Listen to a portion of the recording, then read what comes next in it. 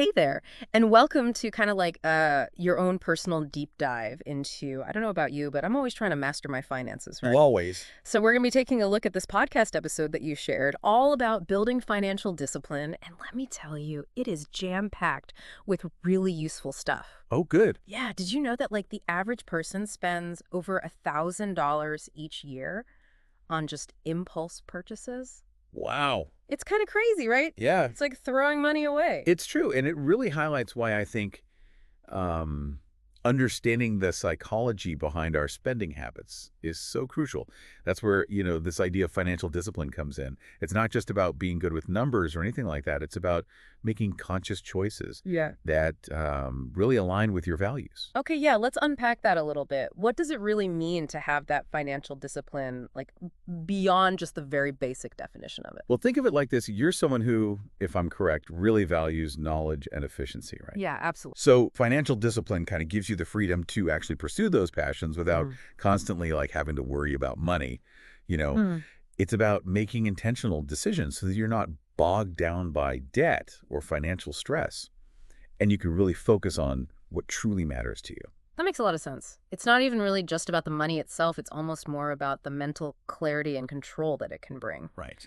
Now, the podcast host, Amira, she dives into some common challenges, and one that really resonated with me was emotional spending. Have you ever like bought something that you didn't actually really need just because you were feeling kind of down or something? Oh, all the time? I know I have. Like, Yeah. it's so tempting. It's incredibly common. And it often stems from like our evolutionary wiring. Our Mhm. ancestors kind of lived in a world of scarcity. So like impulsive behavior was often necessary for survival.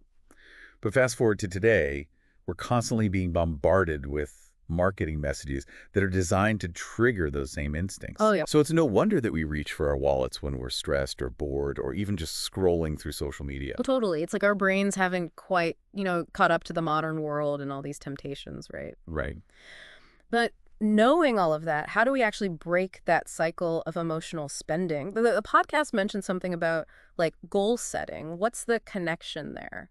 That's a great question. It's really about shifting your mindset a little bit. Mm-hmm. So, instead of focusing on restriction, think of it more like training for a marathon or something. Oh, A runner sets these like really ambitious goals, not because they're easy, yeah. but because those goals provide that motivation to just stay disciplined. Right. In the podcast, Amira talks about how she used to struggle with these impulse buys, especially online. Oh, yeah. And then she started setting this very specific savings goal, Mm-hmm. a trip to Italy. Nice. So every time she was tempted to buy something that she didn't really need, she would like visualize herself exploring Rome. Yeah. And it helped her hit save instead of buy now.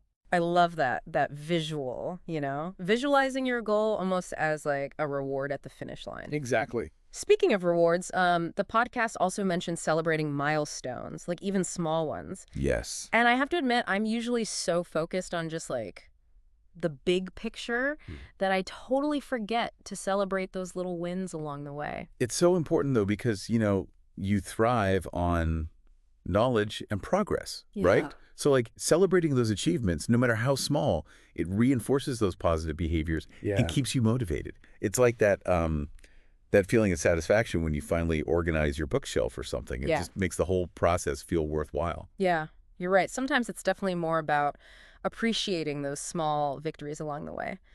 Now, the podcast also touched on budgeting a little bit. Yes. And I know for some people that word can sound kind of, I don't know, like restrictive or something. Right. But you mentioned like meal planning earlier. Is there like a link there? Can we make budgeting more appealing maybe in that way? Absolutely. So think of your income like ingredients in your pantry. Okay. You wouldn't just randomly throw them all together and hope for a delicious meal, All right? right.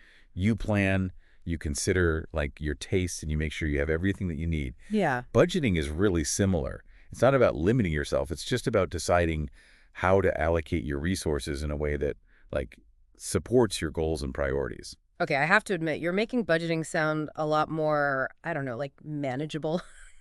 Maybe even a little bit enjoyable, dare I say. There you go. Now, one strategy from the podcast that I think will really resonate with you, given, that you really love efficiency, is this thing called the 24-hour rule.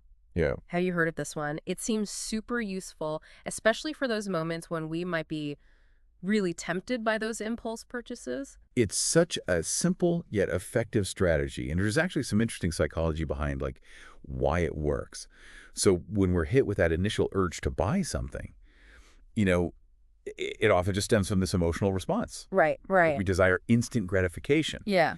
But by implementing that 24-hour waiting period, we kind of activate our prefrontal cortex, which is the part of our brain responsible for, logical thinking and planning. Oh, okay. This pause allows us to really assess whether or not the purchase actually aligns with our budget, but also our values. And there was actually a study by the Journal of Consumer Research that even found that people who used the 24-hour rule were significantly less likely to regret their purchases later on. Interesting. Yeah, that totally makes sense. It's like hitting the pause button on that impulse purchase and giving yourself some time to actually make a rational decision. Exactly. And speaking of efficiency, that kind of reminds me of another point that the podcast made about automation. Like setting things up to just run automatically, it seems like that could be a total game changer for someone like you who, values both efficiency, but then also minimizing that information overload. Oh, absolutely. Yeah. Think of automation as like your secret weapon for staying on track without having to constantly think about it. Okay, I like that. So, for example, you can set up these automatic transfers to your savings account each month. Yeah. That way, you're consistently working towards your goals without having to manually transfer the money every single time. Right. It's like having this personal finance assistant working tirelessly behind the scenes, just freeing up your mental energy for more enjoyable pursuits. That's a perfect analogy. It really does. It takes that mental load off and just lets you focus on, what actually interests you. Exactly. Now, at one point, Amira briefly mentioned the importance of continued education. Yeah. And I know you're all about expanding your knowledge, so I'm curious to hear your thoughts on that, especially when it comes to, personal finance. Well, knowledge truly is power. And the world of finance, it's always evolving. Right. But luckily, there are tons of resources available these days. Yeah. From books to podcasts, even to online courses. True. Given your preference for, concise and actionable information, Yes. I think you'd really appreciate I Will Teach You to Be Rich by Ramit Sethi.